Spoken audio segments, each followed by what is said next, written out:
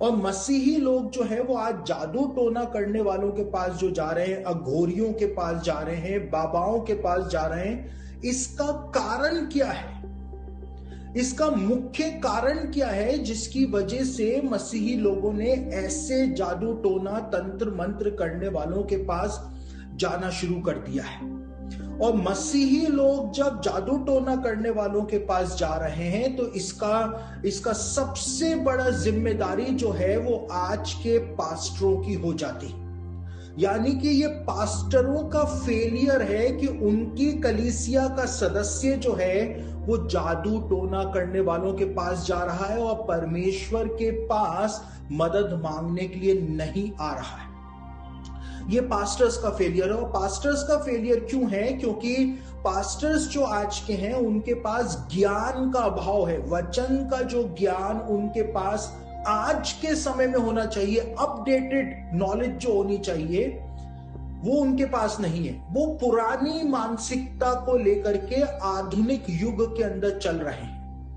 समझ रहे हैं बात को? मैंने एक लेसन आपको दिया था लेसन 1 के अंदर जिसका नाम था लेवल्स ऑफ बिब्लिकल इंटरप्रिटेशन, और उसके अंदर मैंने आपको बताया था कि आज कलीसियाओं के अंदर क्या सिखाया जा रहा है कि इब्राहिम जो था उसने इसहाक का बलिदान चढ़ाया, आदम और हवा ने फल खाया, यीशु मसीह पानी के ऊपर चला। सिर्फ कहानियां जो है वो सुनाई जा रही हैं और मसीहों का आत्मिक स्तर जो है वो कहानियों तक ही सीमित होकर के रह गया है। कहानियों के परे आखिर हमको कहां पर जाना है वो नहीं बताया जा रहा है।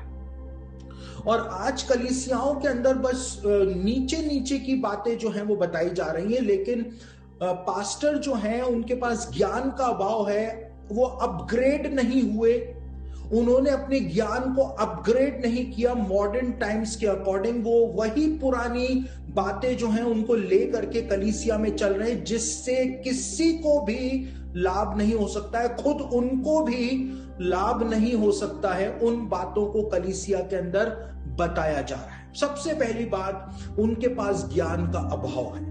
दूसरी बात, उनके प्रचार के अंदर कलीसिया के सदस्यों को ऐसा कुछ भी नहीं मिलता है जिससे कि उनकी परेशानियों का, उनकी जो जिन समस्याओं के अंदर वो फंसे हुए हैं उसका समाधान उनको मिल जाए। देखिए, एक मसीही जो 80 साल का हो गया, जन्म का मसीही है, 80 साल का हो गया है, वो कलीसिया में 80 साल से बस यही सुनता हुआ आ रहा है कि यीशु मसीह प्रेम करता है, यीशु मसीह जो है वो गुलगुता के पहाड़ के ऊपर उसने अपना बलिदान दे दिया। और आज कलीसियाओं में 80 साल 85 साल के बुजुर्गों को भी बस यही सिखाया जा रहा है कि यीशु मसीह यरूशलेम के अंदर मर गया और तीसरे दिन बाद वापस से वो जी उठा। एक 80 साल 75 साल 85 साल का बुजुर्ग व्यक्ति जो है, क्या उसको ये बात नहीं पता है कि यीशु मसीह मर गया और 3 दिन के बाद जी उठा और वो वापस भी आने वाला है? क्या वो इन बातों को नहीं जानता है? वो जानता है, लेकिन बस वही वही वही वही वही वही बातें जो है वो सिखाई जा रही है। पास्टरों को ज्ञान का अभाव है, वो उन्होंने अपने आप को अपग्रेड नहीं किया।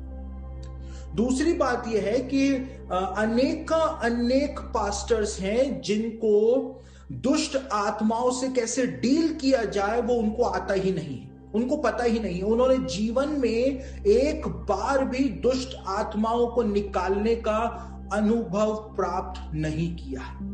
तो जिसके पास अनुभव ही नहीं है वो दूसरे की मदद तो कभी कर ही नहीं पाएगा।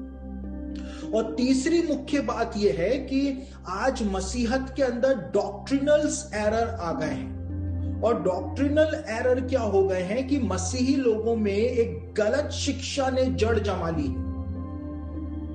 और वो गलत शिक्षा की जड़ क्या है? मसीही लोग और मसीही पास्टर जो है वो इस बात का दावा करने लगे हैं कि मसीही लोगों का कोई भी दुष्ट आत्मा कुछ भी नहीं बिगाड़ सकती। मसीही लोग ये दावा करने लगे हैं कि दुष्ट आत्माएं जो हैं वो मसीहों को छू भी नहीं सकती हैं। और कई सारे पास्टर्स तो आज ऐसे भी आ गए हैं, आप लोगों को शायद ऐसे पास्टरों के बारे में नहीं पता होगा, आपके लिए शायद ये शॉकिंग बात होगी, लेकिन कई सारे प्रभु के सेवक ऐसे भी आज आ गए हैं जो सेवा कर रहे हैं, कलीसियाएं चला रहे हैं, लेकिन वो इस बात पर विश्वास तक नहीं करते हैं कि शैतान और दुष्ट आत्माओं का अस्तित्व भी इस संसार में पाया जाता है। तो जब कोई प्रभु का सेवक इस बात पर ही विश्वास नहीं करेगा कि शैतान और दुष्ट आत्माओं का अस्तित्व है, तो फिर वो अपनी कलीसिया के लोगों का मार्गदर्शन कैसे कर पाएगा, कैसे उनको वो शैतान के हमलों से बचाने के लिए तैयार जो है वो कर पाएगा, कैसे कर पाएगा। और यही वो मुख्य कारण है कि कलीसिया के अंदर जब मसीहों की समस्या का समाधान नहीं मिलता है तो वो जादू टोना करने वालों के पास जाते हैं, तंत्र मंत्र करने वालों के पास जाते हैं। प्रॉपर नॉलेज की कमी होने के कारण ऐसा होता है।